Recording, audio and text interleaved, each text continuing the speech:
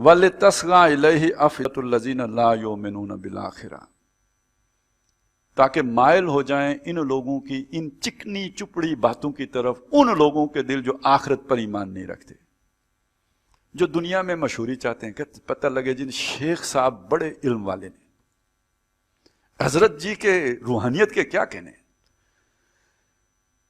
تو جو اس طرح کی دنیا ہی بنانا چاہتے، دنیا صرف یہی تو نہیں ہوتی نا آپ کتنے بڑے چودھری ہیں، دنیا یہی تو نہیں ہوتی کہ آپ کو اقتدار کتنا مل گیا، دنیا شہرت بھی تو مانگتی ہے نا.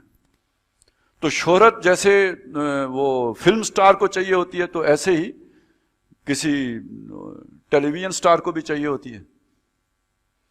اور اس کے لیے پھر وہ ساری تصنع اور بناوٹ جو کوئی فلم سٹار کرتے ہیں نا، وہ کیا ہوتا ہے، اداکاری کیا ہے، بناوٹ ہے نا، ساری لہجے کی بھی بناوٹ ہے اور چہرے کی بھی بناوٹ ہے، اپنے سارے ایکٹ جتنے ان سب کی بناوٹ ہے.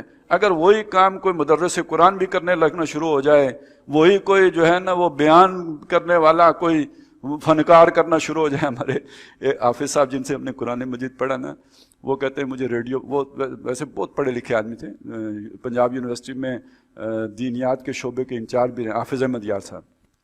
تو وہ ریڈیو پاکستان پر بھی انہیں مدعو کیا گیا جیسے اسلامی پروگرام ہوتے ہیں. تو کہتے ہیں مہینے کے بعد ایک پروفارما دیا انہوں نے کہ جی حافظ صاحب اسے پر کر دیں. میں نے کہا یہ کیوں پر کرنا ہے؟ کہتے جی آپ کو پیسے دینے. تو میں نے کہا میں نے تو پیسے نہیں لینے، میں دینی خدمت کے پیسے نہیں دیتا. انہوں نے کہا نہیں یہ ہمارا قانون ہے، لینے پڑیں گے، یہ فل، اس کے بغیر تو پروگرام ہو ہی نہیں سکتا. ہمارا تو سارا وہ ٹائم اور اس کے ساتھ یہ ساری چیزیں طے ہوتی ہیں، آڈٹ ہی نہیں ہو سکتا اگر آپ یہ نہ کریں. تو یہ تو ہماری مجبوری ہے، آپ بے شک کسی مسجد کو دے دیں، یہ آپ کی سردردی ہے، ہم سے لینے پڑیں گے. تو میں نے کہا کہ چلیں دے دیں، میں پر کرتا ہوں. کہتے سب سے اوپر لکھا ہوا تھا نام فنکار. کہتے میں پڑھ کے میں نے کہا اب کیا لکھوں میں؟ تھوڑی دیر سوچنے کے بعد میں نے کہا یار فنکاری ہی ہے، لکھ دیتا ہوں. تو بہرحال لیکن لوگ تو باقاعدہ اداکاریاں کرتے ہیں اور پھر ادھر ہی مشہور بھی ہوتے ہیں. وہ تو آپ اگر دیکھیں تو بالآخر اللہ تعالیٰ اوپر کا چھلکا اتار دیتے ہیں نا، وہ حقیقت کھل جاتی ہے. تاکہ ان لوگوں کی ان چکنی چپڑی باتوں کی طرف مائل ہو جائیں ان لوگوں کے دل جو آخرت پر ایمان نہیں، جو دنیا بنانا چاہتے ہیں. اور پھر انہیں آپ دیکھیں گے کہ انہی کے رنگ میں آپ کو رنگے ہوئے نظر آئیں گے. وہ جو ان کے جیسے شیخ ہوتے ہیں نا، جتنی ان کی، جیسی ان کی داڑھی ہوگی، جیسی ان کی مونچھیں ہوں گی، جیسے ان کی ٹوپی ہوگی، جیسے ان کے کپڑے ہوں گے، جیسے ان کی وہ منہ ٹیڑھا کر کے بات کرنے کا انداز ہوگا، تو شیخ کے سارے مریدوں کے اندر بھی جو ہے نا وہ خود بخود وہ آنا شروع ہو جائے گا. وَلَيَرْضَوْهُ. اب یہ اگلی بات ہے، شیخ انٹلیکچول بھی ہوتے ہیں، یا چلیں وہ انٹل کچکول ہوتے ہیں، جو بھی ہوتے ہیں، لیکن کچھ نہ کچھ ہوتے ہیں. اور اس کا نتیجہ وہ یہ، اس کا فائدہ کیا ہوتا ہے؟ انسان کو اللہ تعالیٰ نے جو یہ ضمیر دیا ہے نا، جو گناہ پر اسے ٹوکتا ہے، گناہ کر کے اندر ایک بے چینی آدمی محسوس کرتا ہے میں نے غلط کام کیوں کیا. اب یہاں جب تک آپ ایک پوری ایک، آپ نے کل آیا تھا نا سوشل انجینئرنگ بھی آئی تھی اور جینیٹک انجینئرنگ بھی آئی تھی. تو اب یہ ایک اور انجینئرنگ درکار ہے، مائنڈ انجینئرنگ، تھاٹ انجینئرنگ، کہ جب تک آپ اس کے سوچ کو نہیں تبدیل کریں گے، گناہ کروانا اس کے لیے اس سے آسان نہیں ہوگا. تو سوچ کو تبدیل کرنے کا مطلب یہ ہے کہ گناہ کی جسٹیفیکیشن دو، گناہ کو اس کے پیچھے کوئی ایسا ریزن دے دو کہ گناہ جو ہے وہ کرنا آپ کو گناہ نہ لگے. اب آپ ان سارے دانشوروں کو پہچان لیجئے جو آپ کو یہ بتاتے ہیں یہ جو سسٹم موجود ہے اسی کے اندر ہمیں جینا چاہیے.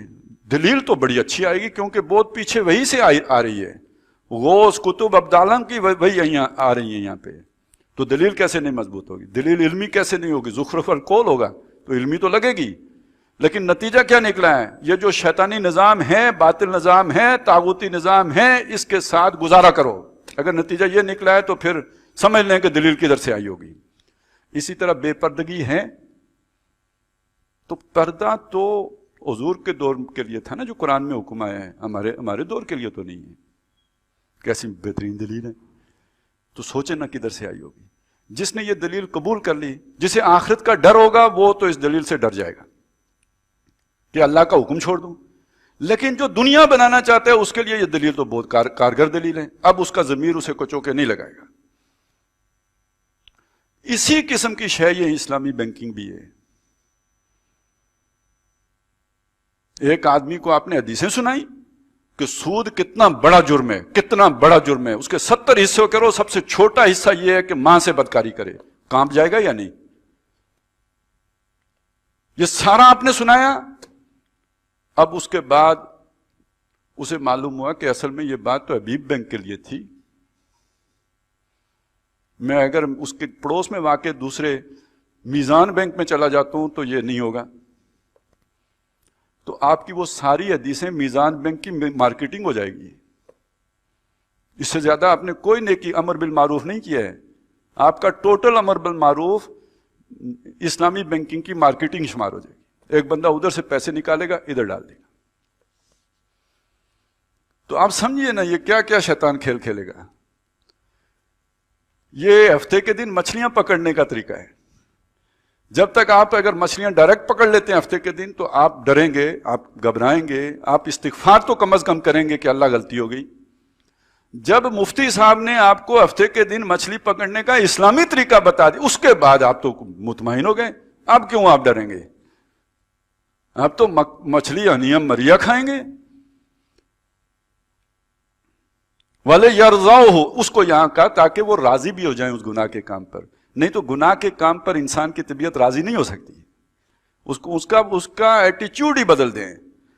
والے یکترفوا ما ہم مقترفون، تاکہ وہ کرتے رہیں جو وہ کرنا چاہتے ہیں. کبھی توبہ نہ کریں، توبہ نصیب نہ ہو. اب سمجھ آئی اللہ کیسے پھنستا ہے. وہ شیطان کو موقع دے دیتا ہے، سوار ہو جا ان پر.